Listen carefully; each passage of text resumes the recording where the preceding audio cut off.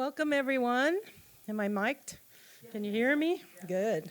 Welcome, everyone, to Spiritual Unity Movement. This is our monthly full moon ceremony, and we are so excited that each and every one of you are here. So thank you for coming out for this busy time of year. And I just came back last night from Puerto Vallarta, Mexico, and it was 82 degrees and sunny, so I'm like, oh, well, it's a little chilly here, but I love it. It kind of feels like Christmas now. So, and beautiful tree, and we thank CSL Granada Hills for letting us rent this space once a month during the time of the full moon. That's what we try to do, get it as close to the full moon. I don't know if any of you saw it tonight. It's beautiful with the clouds passing by. It was gorgeous. So that is what we do. We've been doing it for a very long time. Since the mid-70s, people have been doing this. This group of people, our board, has been doing it for over 20 years on a monthly basis. So anyway, we're so thankful and grateful that each and every one of you are here tonight. And I know it's going to be a magnificent night. It always is. And I see some new faces out here tonight, so I'm really excited that we're getting some new people to come out. So we do this at this time of the month around the full moon because we know other people around the globe come together at this time because it's a very powerful, energetic time of the month to set your intentions and bring things together and to come into spiritual oneness with the whole globe. That's what we really are all about. So I just really want to welcome you again. So see if I can find these glasses. I wanted to share with you our mission statement. It is to celebrate the spiritual unity of all life and raise the consciousness of light and love through community, meditation, and education, to inspire and empower those who attend the World Healing Meditation Ceremonies and all of humanity with the life-transforming experience of healing, oneness, and unity. We are saving our planet from the inside. Aho. We also have a healing ministry. Florence, there she is. Florence is the director of our healing ministry. She forgot our healing box, but that doesn't matter. We don't need a healing box.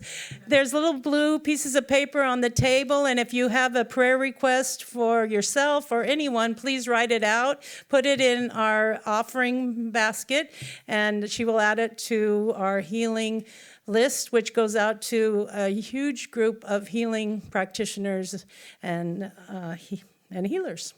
So please do that tonight.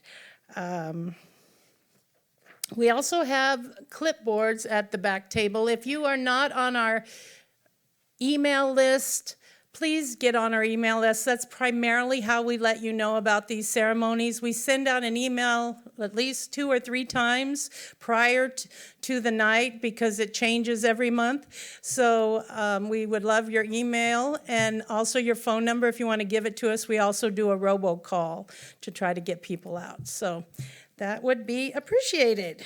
All right. I'm trying to think, nothing else right now. That's about it for right now. So I'm going to call, Florence wants, we have these beautiful affirmations in our programs. They're little purple pieces of paper. And Florence thought it would be nice if we all read them together tonight. So I'll read it slowly and you can read it with me. Do we have them? Did everyone get one? Or if you be...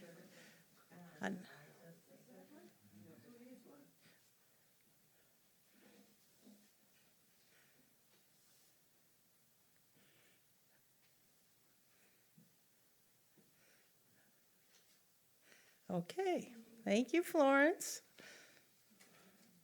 Get one for, yeah. Okay, so let's read this together. I affirm that I am united with universal consciousness, oneness, and perfection. Being one with divinity, I am now open to receive guidance of purpose, direction, healing, and abundance that energizes, revitalizes, heals, and blesses my life, my physical, mental, emotional, and spiritual bodies, all my affairs, and my consciousness. In joyful gratitude, I know this is so, and so it is. Amen. All right. Thank you. You guys were great for doing that spontaneous. And now Florence Riggs is going to come up and do our opening ritual.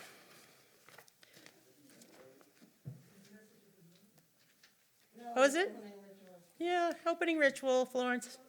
It always is. This is how we do it. This is how we do it. This is how we do it. Every month. We've only been doing it 20 years, Florence. This is how we do it. I just like being reminded of it.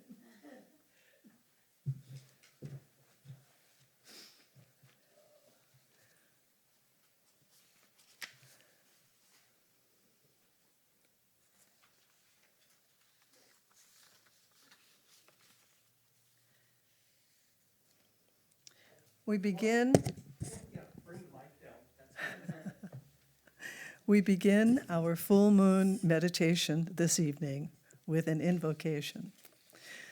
Great Father, Mother, God, and Goddess, be with us here now. Hold this space sacred from which we may do our work.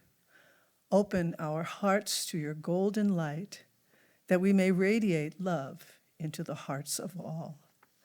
Open our minds to your divine knowing that we may radiate understanding into the minds of all.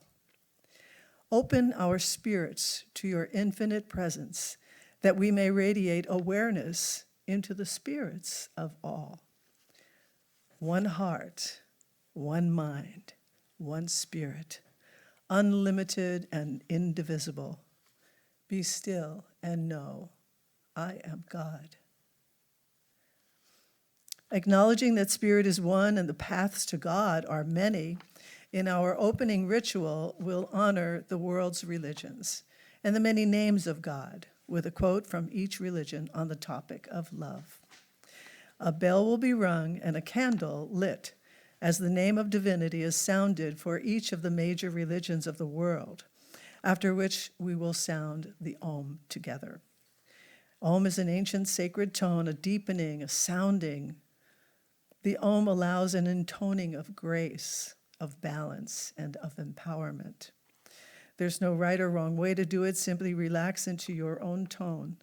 Open to the nuances of this sacred sound as it moves through you. Our opening ritual will then conclude with all of us sounding the Om several times, each on your own note and in your own time, in a continuing free-form rhythm, creating a tapestry of healing sound. We honor all religions as expressions of the one God, Great Spirit, divine essence.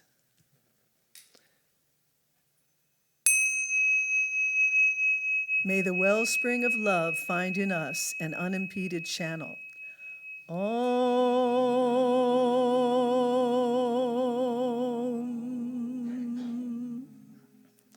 In the sacred tradition of Taoism,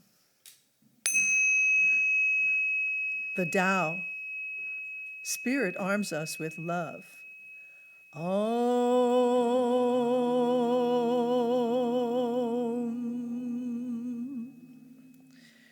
In the sacred tradition of Hinduism,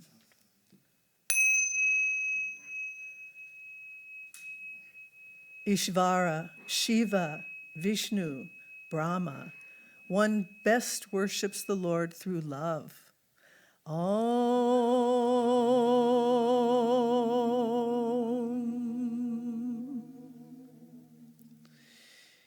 In the sacred tradition of Buddhism, Lord Buddha, cultivate a heart of love. Om.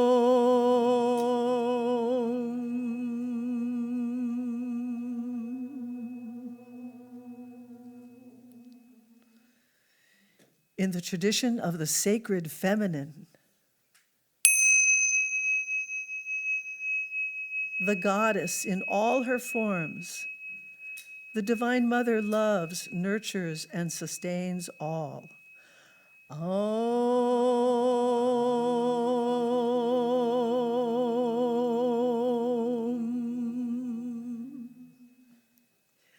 In the sacred tradition of Judaism,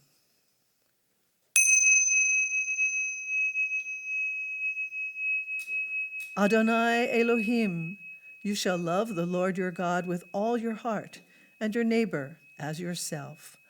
Om.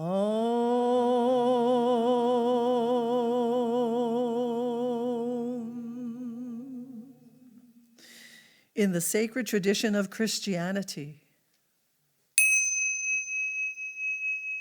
God the Father, the Son, and the Holy Spirit. God is love. Om.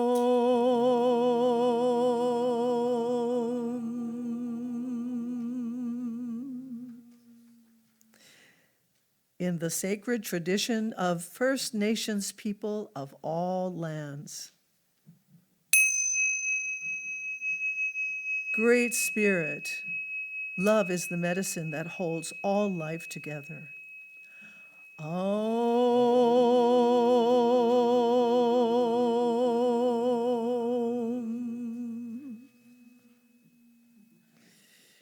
In the sacred tradition of Islam,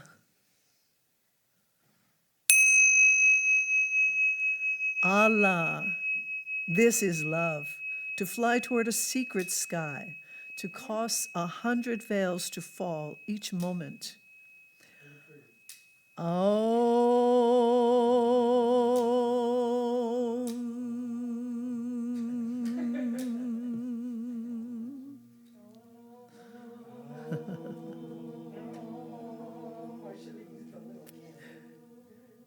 In the sacred tradition of all other religions. You may now together say any additional names of divinity that you would like to invoke.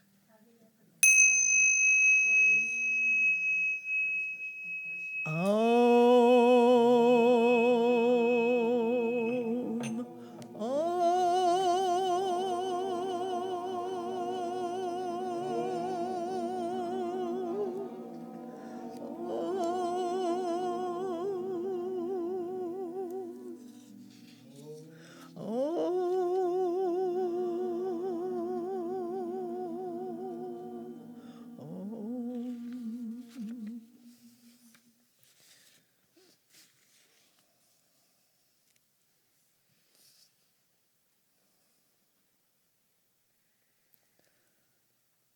The quiet echo of the Om is so beautiful.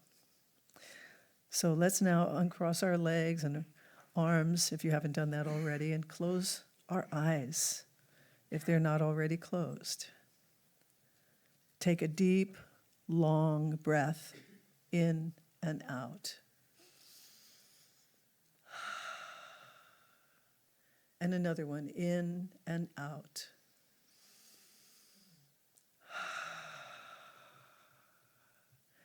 And as you take another deep breath, relax and let go of the day. Let go of the people, the challenges, and just be. And when you're ready, put your feeling attention into your heart center and relax into that beautiful vibrational frequency. Imagine a bright, warm sun floating above your head. Its rays are emanating down into the crown of your head. The sun is releasing a pure white light. This light is floating down, filling your head and your neck, and it floats across your shoulders, down your arms, out your hands, filling your torso. Your organs are enveloped in this pulsating, purifying light of the sun. As this sunlight flows down your body, through your legs and out the bottoms of your feet, it washes away all impurities, all imperfections, all pain, all disease, deep into the central core of the earth.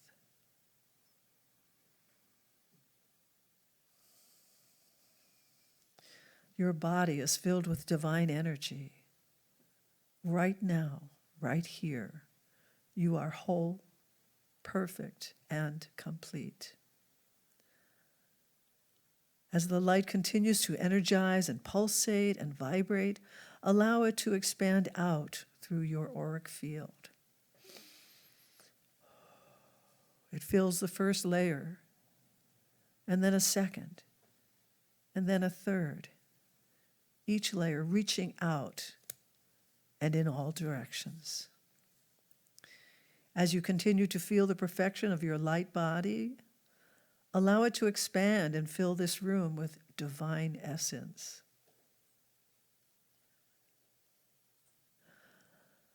Continue to expand your awareness and the divine essence outside this beautiful venue. Imagine and intend that you are now blessing all of Los Angeles with this pure golden white light. And it reaches out to all of California, all of the United States, and allow it to just flow out across the globe enveloping our beautiful, beloved Mother Earth and all her beings with this pure, divine essence. See it, feel it, celebrate it. The white light of perfection is now vibrating and pulsating, connecting all beings on our planet who gather with conscious intent to heal, balance, harmonize, and unify the islands of light.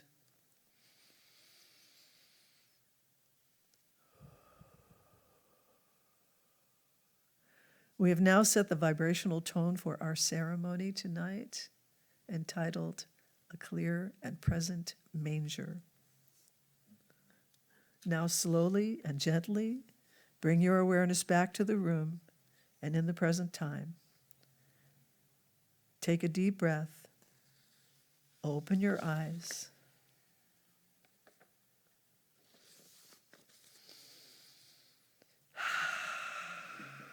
Come on back.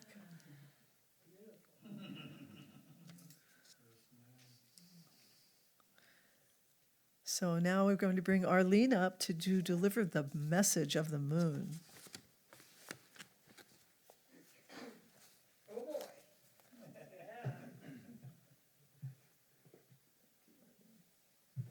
Laughing is the best medicine. Don't be afraid to laugh.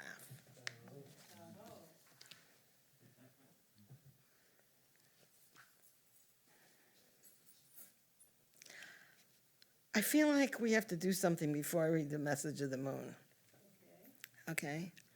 Please, everybody take 1, 2, 3 deep breaths and let it out.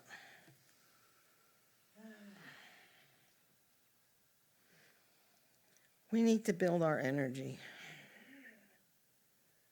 And we need to send it out and call back the people who are ill. I couldn't be here tonight.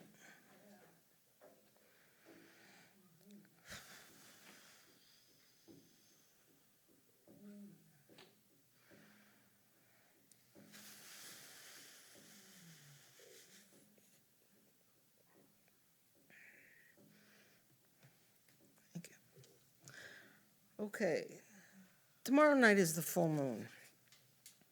And December's full moon is known as the snow moon or the full cold moon. It also has many other names. Many tribes have different names, depending where they live and what their seasons are like. And this particular cold moon and this December brings not only the full moon, but also the winter solstice. The 2022 December cold moon, spiritually meaning, corresponds with nature's dormant energy. It's a time for introspection and soul searching. I don't know how many of you have been doing that lately, but I find myself doing that a lot. It's a chance to recharge and reconnect. This is a magical season full of transformation and deep internal work. Starting tomorrow at 11:09 p.m. Eastern Standard Time, the full cold moon will illuminate the evening sky at 16 degrees of Gemini, bringing emphasis to communication, ideas, and curiosity across every zodiac sign's birth chart. And if you notice, the full moon was apparent tonight, even at 4:30 in the afternoon. Since this lunation will be exactly conjunct Mars retrograde, a traditionally challenging planet, this full moon is bound to highlight conflict, anger, and confrontation. And I don't know about you, but I have felt it. But this full moon also tells us to hold our mouths. We can think these things, but not speak them. Now is not a good time to choose your battles wisely. or unwisely, but consider whether or not these battles are worth engaging in altogether. Is this a hill you want to die on? Since Mars is currently retrograde in Mercury's sign, words are the primary weapon, but you probably won't be fighting fairly. Be mindful of what you let slip on this day, because it's bound to only add more fuel to the fire. The house in your birth chart that this full moon highlights is where you're bound to notice a desire to get curious and ask questions. It is the perfect time to keep your mind busy through tasks that involve using your hands or your mental power.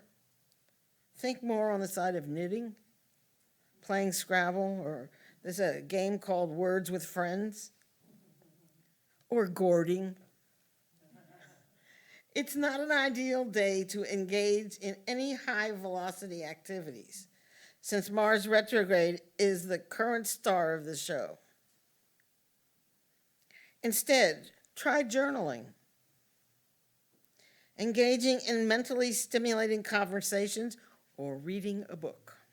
This is the perfect time of year to hibernate, relax, and read. You're bound to feel restless today, so having different tasks and activities to engage in is a great way to channel any excess energy. This is also a good time to pause, rest, and reflect.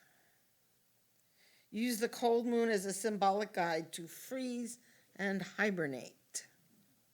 It's a powerful time for reflection and magic, as well as for meditation. Okay, so now we're going to see what the universe has to say about all this. Quite a bit. Rest and reflection are the notes of the day. Sleep, read, and relax. Press your head against the pillow and allow yourself to dream. Dreams bring fresh awareness of problems needing to be addressed. Deal with problems as they come up. Do not put off for tomorrow what can be done today. Best to keep an open mind and a loving heart. All will be well in the long run. Best to resign yourself to dealing with issues that you have been putting off. They will haunt your souls.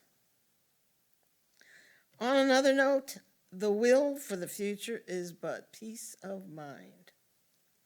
Be at peace and know that which hides is just mere memory. Let go of memory. It holds you back and breaks you down. Let go, let go, let go. Thank you. The wealth is in the future, not in the past. Forgiveness of oneself is for the best. A loving presence is always close at hand. Embrace it. 'Tis worth 1,000 words. Blessings to you all. We bid you good night. Thank you, Arlene. You're welcome. Thank you, that was beautiful.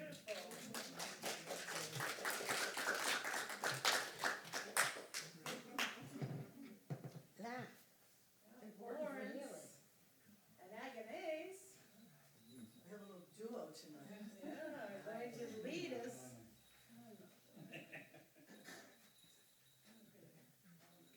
So this is the Om Shanti.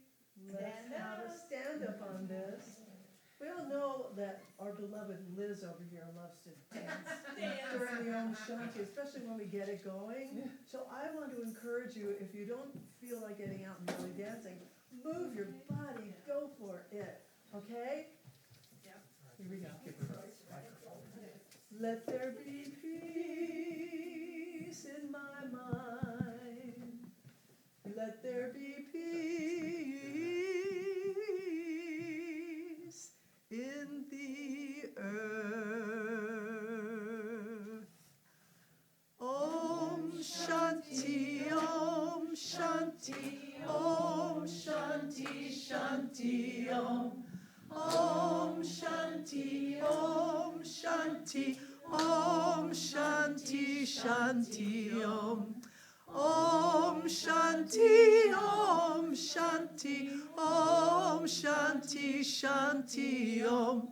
Om Shanti, Om Shanti, Om Shanti, Shanti, Om. Om Shanti, Om. Peace within my mind. Peace within my mind. God and only God is moving me. Peace within my mind. God and only God I live to see. Peace within my mind. God and only God is moving me.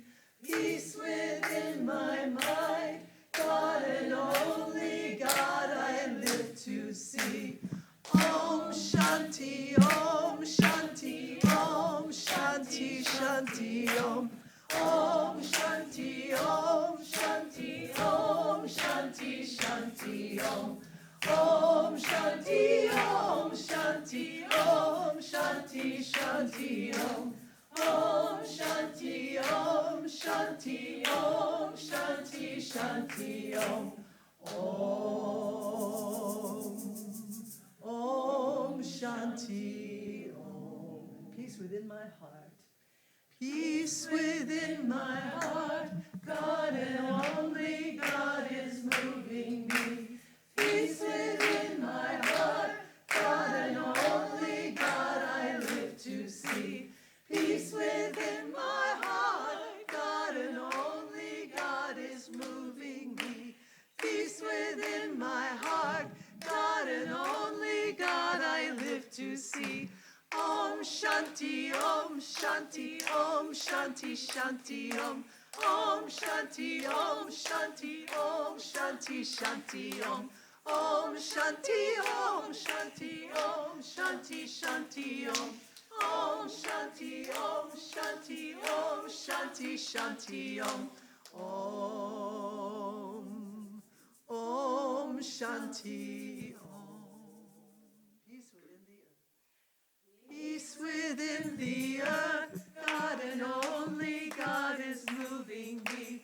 Peace within the earth, God and only God I live to see. Peace within the earth, God and only God is moving me.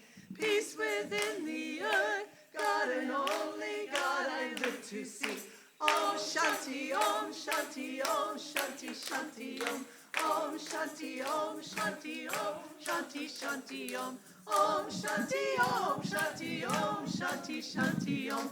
Om Shanti, Om Shanti, Om Shanti, Shanti, Om. Om Shanti, Om Shanti, Om Shanti, Shanti, Om. Om Shanti, Om Shanti, Om Shanti, Shanti, Om. Om Shanti, Om Shanti, Om Shanti, Shanti, Om. Om Shanti, Om Shanti, Om Shanti, Shanti, Om. Om Shanti.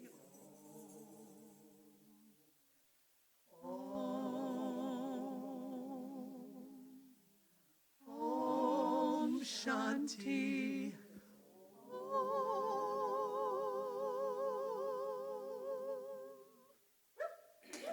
Oh my God, that was so good. That was neat. Thank you, Agnes and Florence, for that Om Shanti. Peace, peace, peace, right? Wow. So, I'm back up here so that I can introduce our beautiful speaker and musician tonight, Rev Sydney Steen. I know for a fact I know this from reading it, but I also know that she is she's the assistant minister now, as they call it, staff or assistant minister at the North Hollywood Church of Religious Science, which I attended for many, many years. So I'm really excited that she's there. Reverend Sydney grew up in religious science. Her early influencers and teachers were students of Ernest Holmes, and her love for this teaching is deep. She's ordained in religious science as well as interfaith traditions. Rev Sydney's life prior to ministry was all about music. In the non-church world, Sydney was and is well known as a fierce jazz pianist, composer, and conductor. She has worked with artists ranging from Dizzy Gillespie, Stan Kenton Orchestra, Shirley MacLaine, the Pointer Sisters. We are family. I always love that song. Sarah Brightman, Robert Goulet, and even the Oregon Symphony. Additionally, she has spent thousands of hours playing keyboard in the orchestra pits of Broadway, on Broadway, obviously, shows such as Les Mis, Cats, Aida, Jesus Christ Superstar. No, don't get me singing that, right? Chicago, Spamalot, Beauty and the Beast, and Legally Blonde. Reverend Sydney describes herself as a spiritual activist. She has worked with both CSL and Unity to educate and raise awareness about LGBTQIA+ issues, the Black Lives Matter movement, and the areas of social justice, equity, equal access, climate justice, homelessness, and minority rights. Wow, that is a powerful life, and I'm so glad she's here with us tonight. So please welcome Reverend Sydney Steen. Thank you.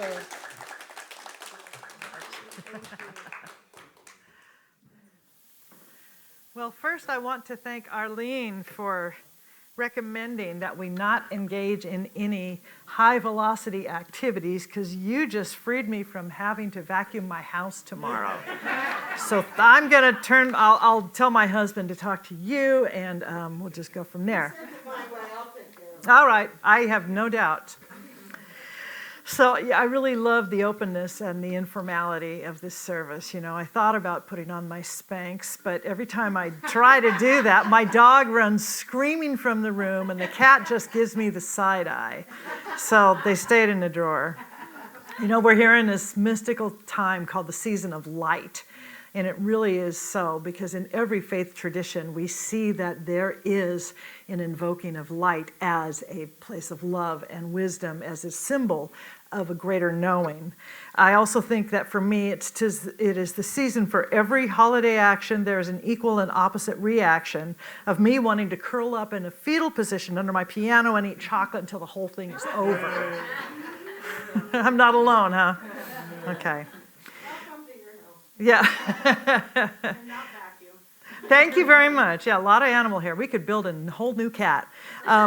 So I love this time of year. I mean, it is busy, but it is so symbolic and juicy with the possibility. And for me, it's a time that I use to really try to get mindful about those areas in which I need to awaken, in those areas where I can more deeply connect with my own divinity and to recognize the light in other people as well. I want to engage in a deeper reawakening of my own awareness so that I can renew and restore my sense of awe. You know, that's something that's really interesting. You know, another thing you said about the this time with the full moon is that it's a time of, right now is a time of conflict and disagreement. I'm thinking, well, it's been like that for about the last 4.5 years. So this is a time certainly to pick our battles, but to really to go deeper. So I am really passionate about metaphysical and allegorical Bible interpretation. I don't do literal Bible. It is just not my thing at all, but I get really excited about the metaphysics. And there's an alchemy that happens within me when I can look at a story or a legend, something that happens, whether it's Old Testament or New Testament, that I begin to put that together with my awareness of metaphysics and spirituality for me, and I begin to come up with a new way of being in the world, a new way of looking at life, a new way of understanding who I am as a divine being. So I was thinking about this today because as a lifelong religious scientist, you know, I never had the context for Advent. We just didn't do that when I was growing up in religious science. And then several years ago, we moved to Oregon. We were there for, holy cow, 17 years. for 13 of those years. I was the music director, and also I was the associate minister for about 4.5 years for Unity of Portland. And Unity, at least this particular center, did Advent. So I had to really kind of wrap my mind around what this was all about. And for me, it's only recently that I have come up with some context, because I found a book by Richard Rohr, and some of you might know about Richard Rohr. He's a wonderful author. So he has this book, and it's a collection of Advent daily meditations, and it's called Lo. And the idea is that we are bringing the divine, that high-minded, that high idea, into those areas of life that are perhaps very much grounded. You know, the mud and the lotus land right down here. Because what he does is he looks at, and he's more of a traditional writer, and I believe he's a Methodist minister. I'm just making it up now. So, but his idea is to look at what Jesus did. Jesus the teacher, Jesus, for me, Jesus is like my big brother, except I never fought with him or, you know, in the back of the car, making my mom want to turn the car around on the way to Disneyland. But Jesus, the idea was to bring this high idea of love, of divinity, of worthiness to the low, those people who were low, the ones that were not considered worthy, the homeless, the indigent, the other, right? The migrants, those who had no shoes, had no home, perhaps, you know, the whores and the homeless. And that's, you know, that was his jam. Kind of a good hang as far as I can tell.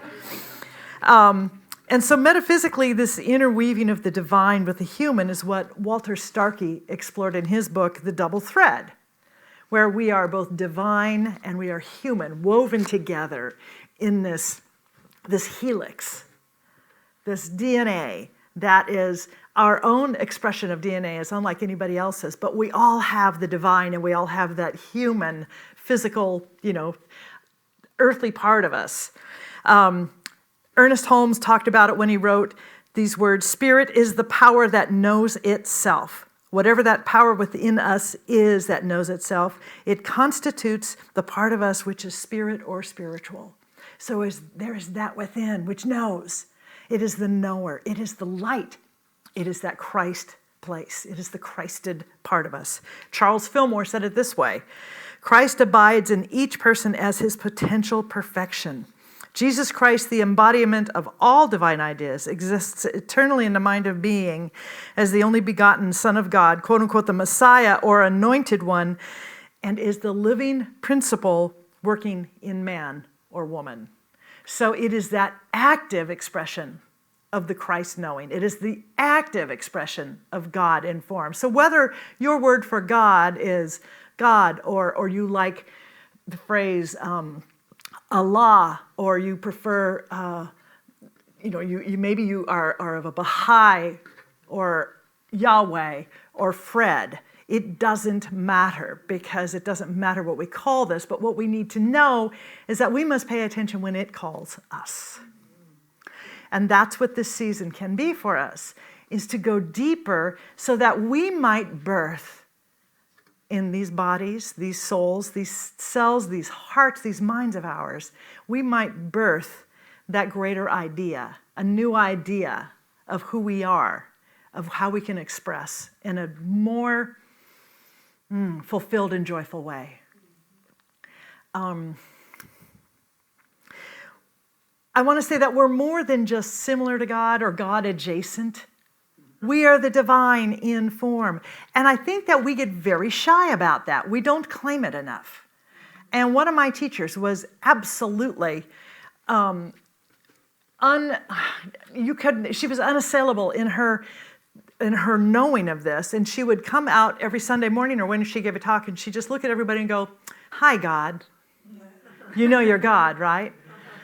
And so one of my best friends is a God buddy who lives up in Seattle. We both have in our contacts in our iPhones, instead of our names, our respective names, it says God. So if I say, and I won't say Siri, but if I do call God, then Siri goes, "Calling God, mobile." Because we are here to remind each other of who we are. So if my friend Francis can remember, and I pick up the phone, he goes, "Yo, God," I go, "Oh, that's right." Because there are those days we forget, right? How much we live as spiritual beings, moving from glory to glory, is dependent on the degree, it's a phrase you hear a lot in New Thought, on the degree that we allow ourselves to know and say yes to that glory, to that identity, to that divine identity. And we seem to think that it is an ego yes, when it is actually a soul's requirement of yes. Because we align our yes, I am alive, yes, I am fully, freely divine and worthy, with the yes that we are sourced and substanted. Okay, I made up a word. Sometimes I do that. But we are sourced from and sourced as. We are that. So tonight I am God wearing a, whatever this is, tunic and green boots. And you are God wearing a gray and striped sweater. And you are God with a drum, which is actually, that should be like a movie title. So that's right. And so this idea of the Christmas season being about this journey to Bethlehem is, for me, really juicy with the possibility of personal application. And so when I look at the Bible as an allegory of you and me, our failures and our victories, and our growth in the midst of our failures and our victories, I see that there is some really, really great information that can be mined from that. There's some great inspiration. There's some great identification that we can get. So just to recap, if you have, or even if you haven't done metaphysical Bible study, Mary and Joseph are you and me. Mary and Joseph are you and me. They are both the divine feminine and the divine masculine, in which we all participate. Their story is our story. Their journey is our journey. Our journey is within a journey, is within a journey, is within a journey. So the journey is inner, the journey is outer, right? Because we know that we have those destinations that we go to. We navigate, we go on Expedia, and we book our trips. But this is that inner journey as well, which is concurrent with everything else that we're doing in our lives. And I know you didn't even bring your passport tonight, and you probably didn't pack a suitcase, but I'm pretty sure that most of us have enough baggage to carry us through the journey as we justify this trip to Bethlehem. So Bethlehem means house of bread. It means house of bread or food, a house of sustenance, a house of living. In other words, it is that source, it is that place where we go to refresh, to renew, to restore, to renourish. Metaphysically, Bethlehem represents the consciousness of omnipresent substance. Isn't that cool? Omnipresent substance, or divine energy, which provides all that is needed to create and sustain everything which is created, right? Including, here we are, the emerging Christ. You and I are the manger for the emerging Christ, for this new possibility. Consider a butterfly, when it goes into its chrysalis, it becomes completely unlike anything it was or will be. It's goo. It's just this messy, icky goo. And then it has to work its way out. And so this journey for us might be that right now we're in a place of goo. And at some point we will begin to be pushed, because we will begin to take form, that emerging Christ, that emerging idea, that pain pushing till the vision pulls, where we move from that which has perhaps held us back in our beliefs, in our lifestyle, whatever it was, so that we can move into flight, right? So this house of bread is so cool to me. It symbolizes the abiding place of substance, fully sourced, fully sourced. So when we acknowledge divine source, we alchemize the Christ life, and we are nourished and sustained. Bethlehem is the substance center within each of us. Now, are we all together? Are we all still awake? Okay, good. So geographically, Bethlehem was located in Judea. Judea means spiritual recognition. Okay, so Jesus was born in Bethlehem of Judea. Let's cut to the chase. In our substance center, our own personal inner Bethlehem, a union of love and wisdom, heart and mind, love and law. Love and spiritual law takes place. And our nature is brought forth, our Christ nature is brought forth in substance. Mary and Joseph went to Bethlehem, and upon arrival, they gave birth to this baby called Jesus. You and I journey within, and upon acknowledgement, we give birth to ourselves, our blessed, awesome, God-intended, magnificent selves. In other words, we give birth to love. This is where I move over here. Smooth, huh? Segue? It's easier without the Spanx, like I said. May I have more piano?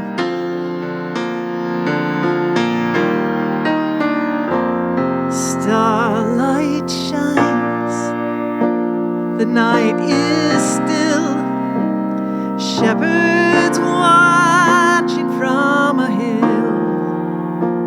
I close my eyes and see the night when love was born. Perfect child gently wakes, a mother bends to kiss God's face. I close my eyes and see the night when love was born.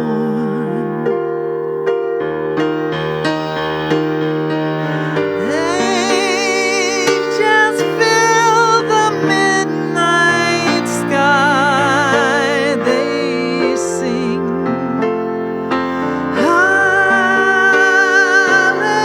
hallelujah, love awakening.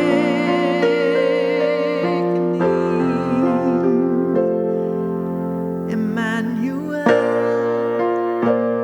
Prince of Peace, love revealed in you and me, heaven's gift, the holy spark to light the way inside our hearts, Bethlehem.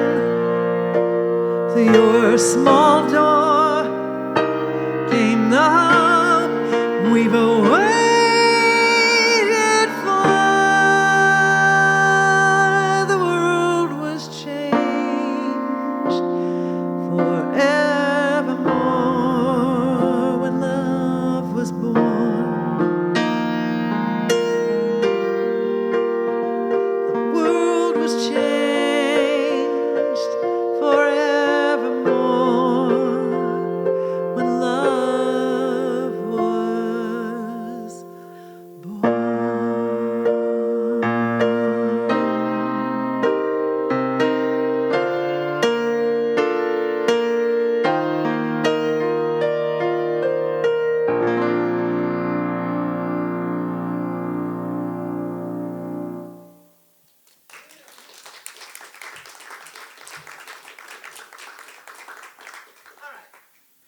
Why a manger? Why not the Holiday Inn or the Biltmore downtown?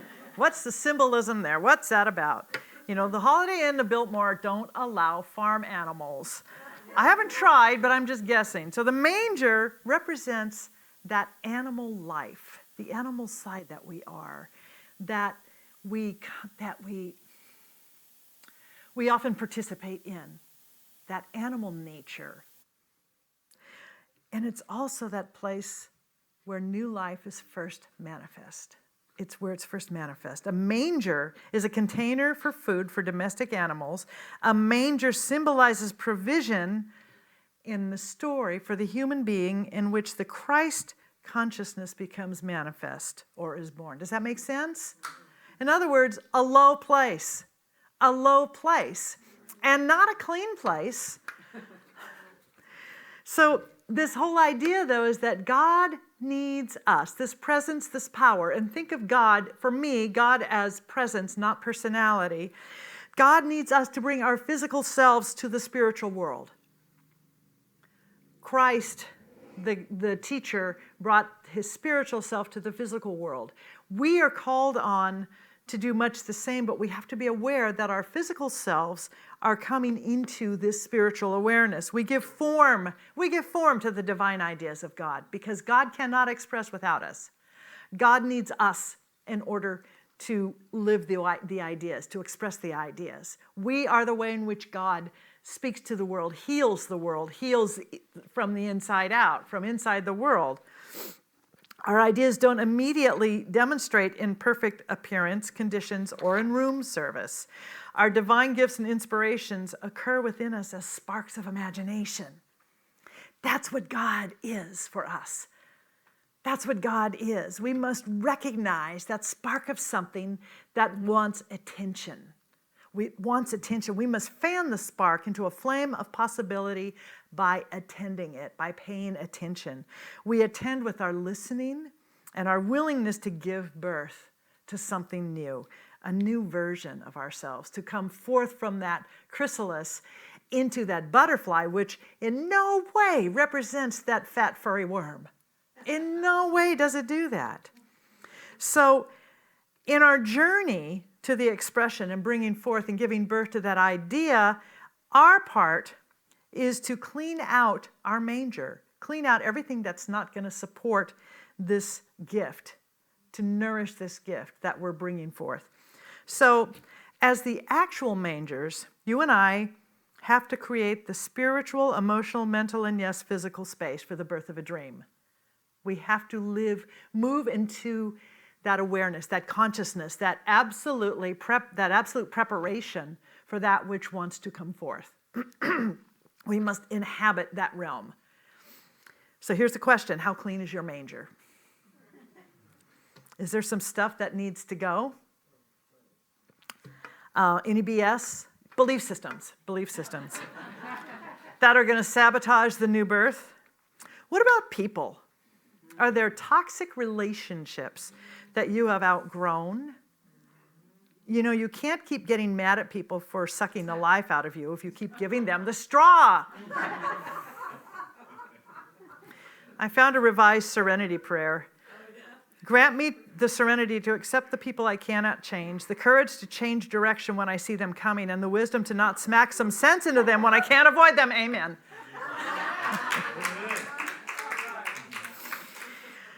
Pablo Picasso is quoted as saying, every act of creation begins with an act of destruction. And this brings us back to my buddy Richard Rohr, who he wrote a book called The Wisdom Pattern, and that's what this is. Order, disorder, reorder. We are living in that. We are absolutely living in that when old forms are dying. The dinosaurs of our thoughts, of our paradigms, of our systems, our political systems, our financial systems, all of those are beginning to go extinct. So we are in the midst of that disorder. In order that we can have reorder, so we can have a new order come forth, so that the butterfly can fly. Does that make sense? All of these things, beliefs, paradigms, and systems are all subject to destruction. And they're subject to it in the service to creation. Because creation wins. You know, nature wins. Creation wins. So it's going to happen to us personally. And it's going to absolutely demonstrate in the world around us. Because first within, then without. As we believe, so is it done unto us. So we heal ourselves so that we can begin to be that healing energy and that wholeness expressing in the world and touch other people with that same light. And they wake up and go, oh, I can be whole. I can live from wholeness. That's how we heal the world. We can't go out there and move deck chairs because the boat's going to sink. And the problem isn't the architecture or the design of it. It's actually deep within the engine of that boat, right? So we might as well just move into a new paradigm, a new system. So we are in chaos. I believe that we're in this chaos right now because we are making room for the evolution of new and higher ideas. And we can do this. You know, we're going from order to disorder to reorder. So new life, new expression, new creation, these all require a sacrifice. And the sacrifice we are called to make is the releasing of the old order to make room for the new. Now that can be hard because nobody really wants change. And in fact, it's so fascinating. You know, religious scientists are the ones who I think are always saying, I want change, but please not me. Please not me, please not me. Don't change anything around me. So the word sacrifice, by the way, means to make sacred. It doesn't mean to suffer. That's a choice. To go without the stuff you love or to deny yourself what matters.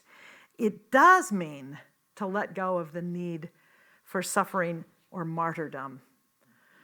Oh, man.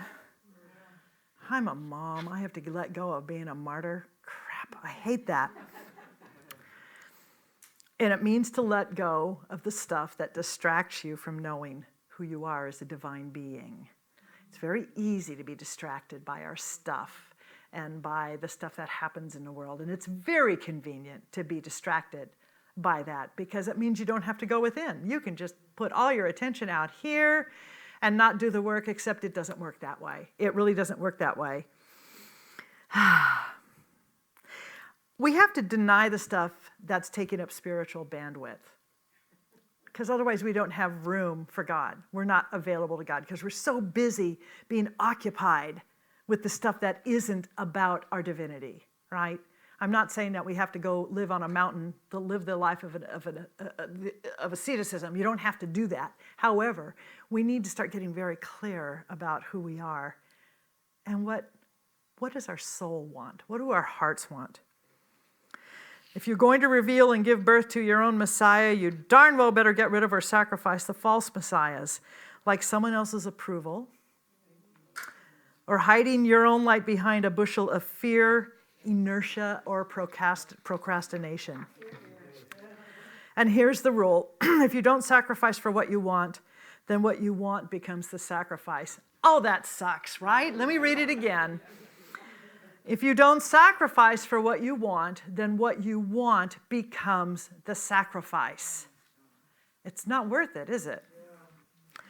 One life, just one life. I mean, we know one life, yes, there's one life, one power, one presence, God. But what I'm talking about is you and I here. This is not a rehearsal. So why aren't we all running around like we're on fire towards our wildest dreams? Why aren't we awake? Why aren't we fully awake? Are we afraid? Have we failed before? We think we're going to keep doing that. Somebody else might judge us. Our parents, our family, our kids might not understand. Neville Goddard is one of my favorite American mystics, and he wrote, "You are already that which you want to be, and your refusal to believe it is the only reason you do not see it." You are already there. You are already that which you want to be. And your refusal to believe it is the only reason you don't see it. Remember how Wayne Dyer wrote that book, You'll See It When You Believe It? Yeah. Or no, it's the other way around. You'll believe it when you see it. Yeah. You know where I'm going. It's one of those. We need to occupy the space of that which we want and to be that consciousness now. To be that consciousness now. Gospel of Thomas. Some of you are familiar with this from the Gnostic Gospels. If you bring forth what is within you, what you bring forth will save you. If you do not bring forth what is within you, what you do not bring forth will destroy you. La, la, la, la, la, la, la. There's a happy Christmas message, right? We're here to bring forth because this stuff, that our gifts are how we heal this world and this planet. Right? You and I denying our gifts and our dreams and our desires is not going to make the world a better place. I promise. You and I being sick won't make anybody else more well. You and I being poor isn't going to make somebody else more successful and wealthy. I promise it does not work that way. We must bring forth that what is within, and we have to honor it and support it. So I have gotten into this habit of asking the question, does this support the life I'm trying to create? Does this support the life that I'm trying to create? What do I need to do or become in order to reveal and live this divine life I've been given? What do I have to, what do I need to know? Who am I to be? What do I need to know? Who am I to be? You know, it's very easy to go quickly to what is mine to do. And I hear that a lot. I have to ask the question first, Bless you. God, sneezing in church is like the best thing ever because everybody wants to bless you. But I have to ask this question a lot, and it's not what is mine to do, because until I know who I am to be and what I need to know, then just going out and doing something is uninformed guidance. It's reactive, and I want to be responsive. Lao Tzu taught us that at the center of your being, you have the answer. You know who you are, and you know what you want. And I found something that Michael Beckwith said. We are seeking to be an activated exclamation point. I love that. For the power, presence, love, beauty, intelligence, harmony, wholeness, joy, and the life of pure spirit that is seeking to know itself as each and every one of us. So the life of pure spirit is actually actively seeking to know itself within us as power, as presence, love, beauty, intelligence, joy, whatever it is, that dream within you, that butterfly goo within that chrysalis is calling you forth to be. When we do this, that's when we become that clear, beautiful, and prepared manger. We are ready for that birth. We are clean, we are open, and we have space. We become available. And that is, for me, the gift of this season, to become available. That is the gift for me. We talk so much about changing our beliefs, changing our thinking, but we need to transform all of those beliefs so we can rise up. And in doing that, that's where the gift lies, but we have to interrogate. Like, wow, is that a limited belief? Where did I get that? Who told me that? Were they right? No. We want to know that we are more than our issues or our histories, right? Then we are more than that journey before we started our move to Bethlehem. We want to know that we are okay and that we matter. Raymond Charles Barker wrote this: the nature of humankind is spiritual potential. Left alone, people will not go to their doom, but will progress, evolve rapidly, and bring forth a better world than ever before known. People are essentially good. Here's another smooth segue.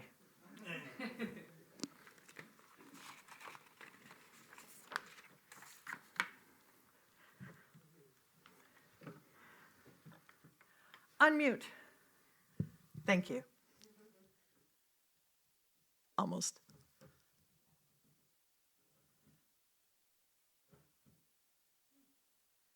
There it is. Thank you so much.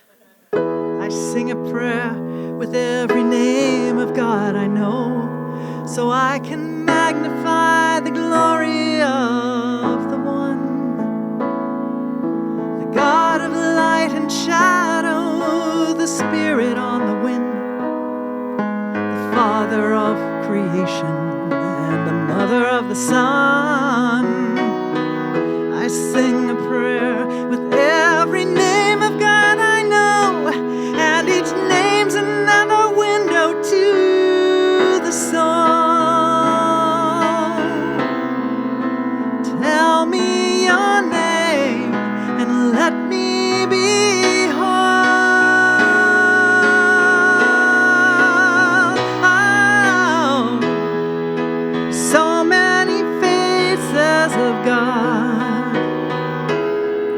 So many faces of God,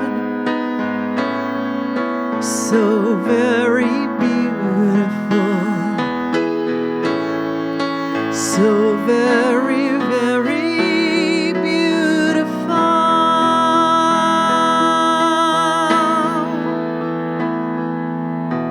And if it seems the world has fallen to its knees, and I am calling for the love of the divine, a savior, a messiah, a teacher or a sage, a poet or a prophet, with a hero of an age. I sing a prayer with every name of God I know, and the stirring in my soul is something real. Tell me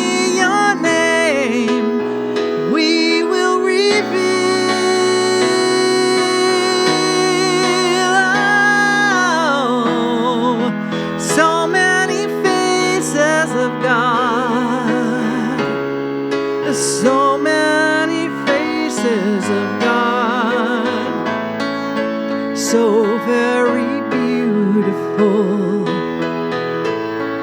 So very, very beautiful. Sing it with me. So many faces of God. Same thing. So many faces of God. Is so very beautiful. You're so very, very beautiful. So many faces of God. Oh, so many faces of God. You're so very beautiful. You're so very, very beautiful.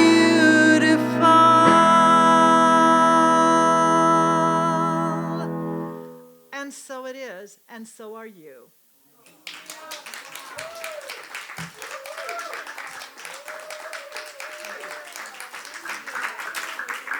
Thank you. If I have time, I'd like to sing something that will put us on a light frame of mind as we're going forth into the world. Would that be appropriate now? Yeah.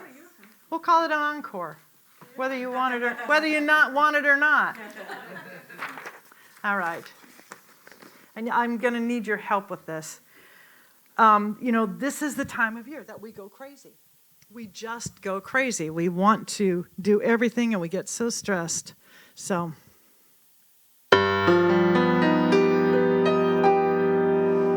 It happens each December, and I tell myself that I'm going to stay peaceful during Christmas time. I promise I will meditate, and then I'll hit the malls.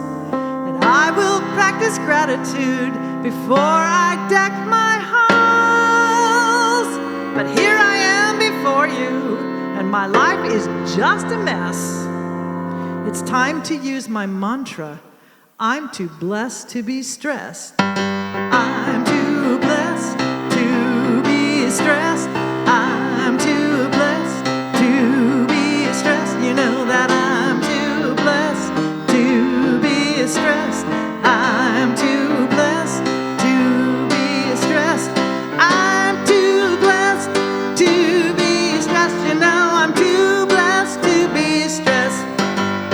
I thought that I would go to Starbucks, I'll get myself some tea. I'll shop, I'll use their internet, because Amazon ships for free. But 250 people all had the same thought, and there they were lined up to get their lattes with a shot.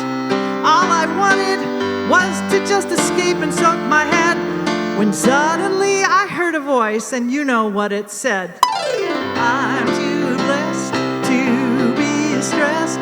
I'm too blessed to be stressed. You know that I'm too blessed to be stressed. I'm too blessed to be stressed. I'm too blessed, oh, to be stressed. I'm too blessed to be stressed. I tried to do some shopping at 27 stores. Christmas is a time for stuff, and I want a whole lot more. Well, traffic was a nightmare. Parking did not exist. Tired and mad, I threw away my 10-page Christmas list. I wish I had some reindeer, but they'd probably fly away. And when they did, I know I'd hear them singing all the way. Well, I'm too blessed to be stressed. I'm too blessed to be stressed. To be stressed, you know that I'm too blessed to be stressed. I'm too blessed, oh, to be stressed, you know I'm too good. See what I mean? Well, taking time to center, I looked within my soul. I realized my center had just moved to the North Pole. I tried to breathe and focus and listen to that voice, but all I heard was, God, I wish I had a real big Rolls Royce. Well, maybe I will figure it out in 2023, that staying home and letting go are what will set me free. 'Cause I'm too blessed to be stressed.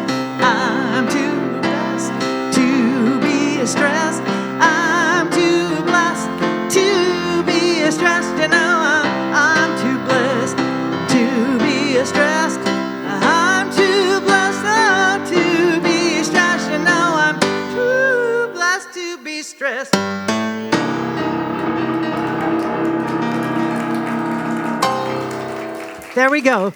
So remember that when you go out shopping. There you go. Thank you very much.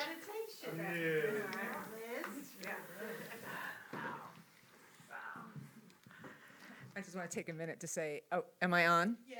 Can you hear me? I just want to take a minute to say, wow, thank you. That was fabulous. It really was. We get a lot of speakers and musicians, and you did both really super well. So thank you. Thank you for being here. So, before we go into our meditation, do you guys want to like stand up and just move a little bit? Maybe just take a little stretch. Take a little stretch. Yeah, roll your shoulders. Oh, yeah. Tell our Kathleen and Arlene we love you. You guys taking off? Yeah. All right, take care. Move your pelvis around. Woo. Shake it out a little. Just shake it out a little. All right. Okay, maybe we can lower the lights just a tad. So, go ahead and have a seat. Make yourselves comfortable. So, if you want to cross your legs, if you want to stretch out a little bit, we got a lot of room. But let's just take a moment to close our eyes and take a deep breath in and exhale everything. Let's do that again. Nice deep breath in. Exhale everything. And just allow the breath to be. Just taking a moment to tune into your breath, tune into your body. And as you exhale, allow any tension to just roll out of your body. All right, roll out of your body into the earth. In fact, you can even visualize it rolling down your back into Mother Earth. Just let it go. As we continue to breathe, our bodies begin to relax. All right, we can just sort of feel the face relax, the jaw, the mouth, the tongue, the neck, the throat. Allow the collarbones to open up a little bit. Let the shoulders get heavy. Relax the arms, the hands. Let the shoulder blades kind of slide down the back. Relax the belly. The lower back and the waist are relaxed. The buttocks, the hips, the pelvic floor is relaxed. Let the legs get heavy. Feel those lovely femur bones, like that's the single heaviest bone in your body. Let it sink in a little bit. Relaxing the knees, the calves, the shins, the ankle, the feet, the toes. So the entire body is completely at peace and relaxed. And imagine that you're lying on a mesa underneath a starlit full moon sky. So we're out in the desert. It's at night. There's a beautiful full moon. And there's a blanket of stars in the sky. Some of those stars might look familiar. And with the full moon, the desert floor is lit up. And the desert at night is not entirely quiet. There's a lot going on. So just allow yourself to sink into this moment, to tune into this full moon, starlit desert sky.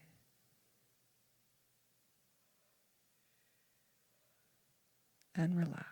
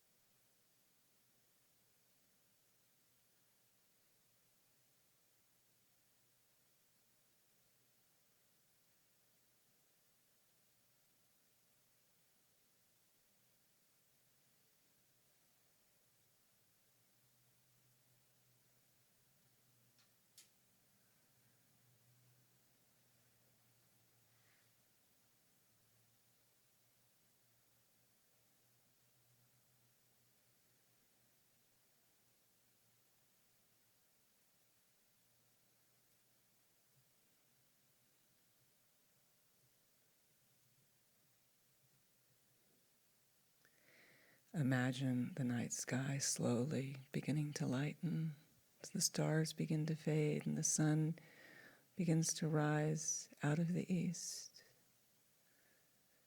ever so gently. As the sun begins to rise, we can see all those beautiful colors of the sunrise in the desert,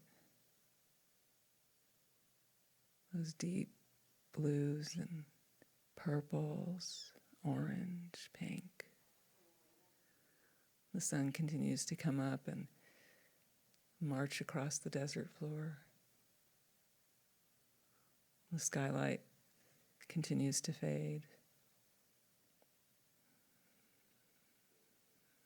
And just knowing in this moment, as this new day dawns, everything is possible and nothing is necessary.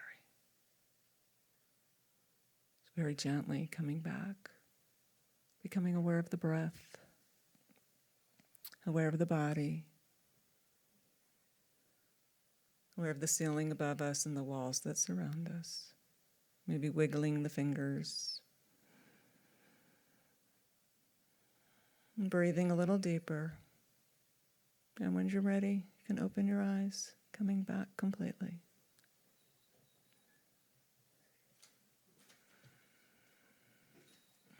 Namaste.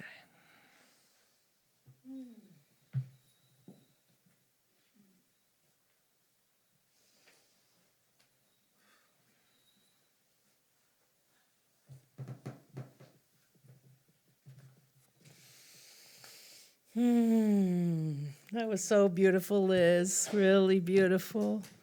Thank you. Well, I told you it'd be a fantastic night, and it was. Thank you, Reverend Sydney. It was really beautiful, really beautiful. So to kind of just wrap that up with a bow, let's read our closing invocation together.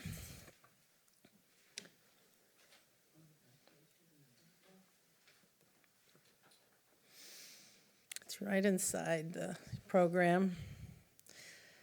We'll read it together. Father, Mother, God, and Goddess, thank you for the blessings we have received. Be with us now as we leave this sacred circle and go forth into our daily lives, taking the energy generated here tonight out into our homes, our work, the people we love, and all we touch. May we be your open channels into this world each day. Oh. So I don't even know if I introduced myself earlier. I'm Reverend Nancy Fuller, and I am the Vice President of Spiritual Unity Movement. Like I said, we, as a all-volunteer board, have been doing this. I've been doing it for like 17 years, I think, and Liz for over 20, Burl. So the board members that are still here tonight, because Kathleen and Arlene just had to leave early, please stand so we can acknowledge us. So it's Liz is our treasurer, Florence is our everything guru, Ministry of Prayer, Burl is our secretary. Our President Frank Williams is not here tonight. He was a little under the weather, and his beautiful wife, Dina Efferson Williams, who we love, wasn't here tonight, so we're missing them. But we know that they're perfect and whole right now. So we are a 501c3 all-volunteer organization. Like Liz put a little sign out there, we ask for no dues, no fees, and it's only the donations that we receive on a monthly basis is what allows us to once a month come here and put on these beautiful ceremonies. Every month we bring you a different speaker, a different musician. The ceremony remains the same for our consistency and love of it. So if you haven't had a chance tonight to put a donation in the basket, we ask for $20, but if you don't have that, anything helps. And we would never want to turn away anyone that does not have a donation. And if you have more to give or would like to tithe to an organization at the end of the year, we're right here. That's as a 501c3, all your donations are tax deductible. So thank you, thank you, thank you. We pay the rent here for the night to CSL Granada Hills, and we lovingly do that. Tonight, we're paying Mike because Frank wasn't here, so we love that you were here. Thank you, Mike. And we like to give an honorarium to our speakers and our musicians. So it's a great love. We all said that the board, we would do this even if we're probably the only ones that showed up, and we would keep it going because we love it so much. So there's a feedback card, a little blue card in your packet. If you'd like to fill it out, we love to read these at our board meetings every month as we plan the next months going forward into 2023. I can't believe it. We're at the end of the year. So are we having Patrick next month, or do we know? We don't know. Okay. Well, someone will be here on, I think it's a Thursday. I just looked, like January 7th, I think, something right around there. It's the first Thursday night of the new year. We will be here again.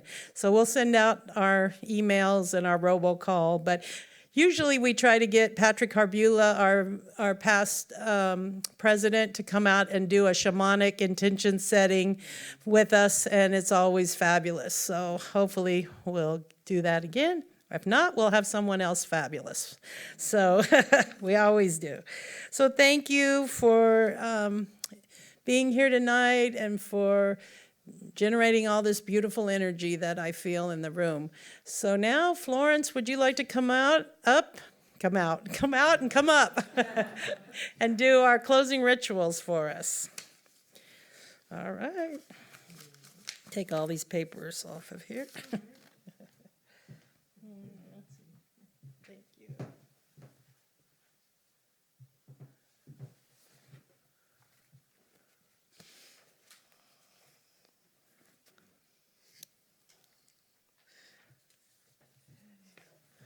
Here we are.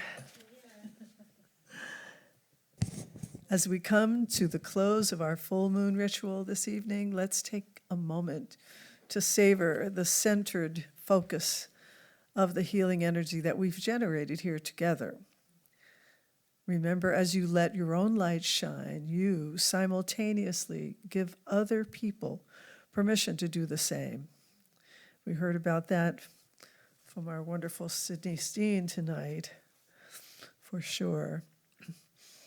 Clearly knowing yourself as an instrument of light, a being of spirit, you add one more grain of sand to the scales that hold the balance for our global future. Know that at a certain point, one grain of sand can tip the scales, and you, in this very moment, may be that grain of sand. I'd like to invite the candle lighters to come on up now, come forward. Form a circle around the candle table, then everyone else come and circle around as well.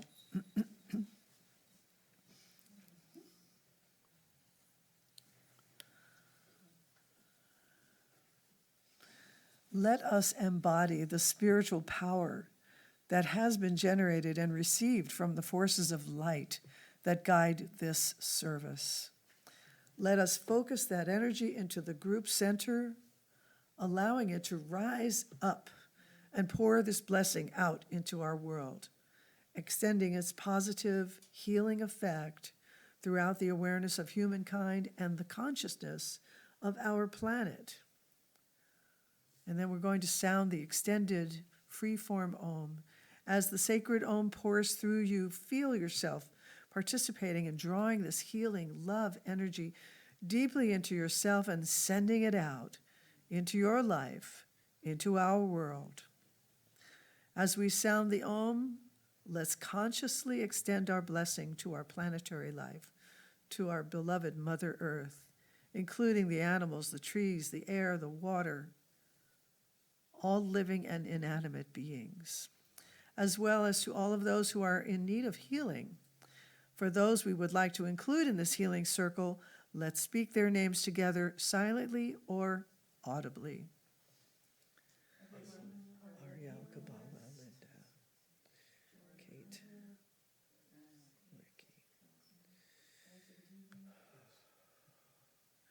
And with power, love, and intelligence, let's send out this healing, light energy. Feel it moving from your heart all the way up and out the crown of your head, through your hands, to transform the consciousness of humankind.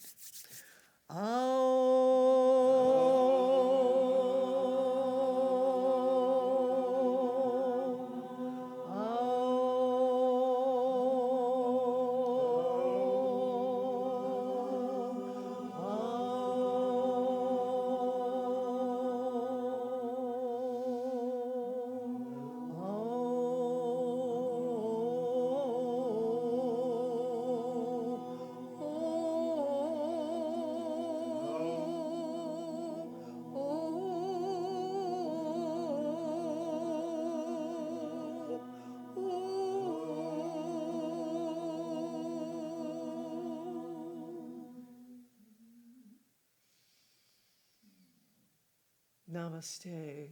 Thank you and good night.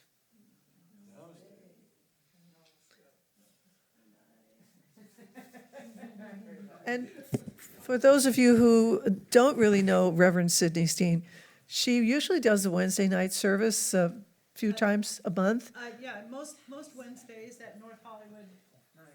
And you can go to my website, revsydney.com. revsydney.com. REVSYD anyway.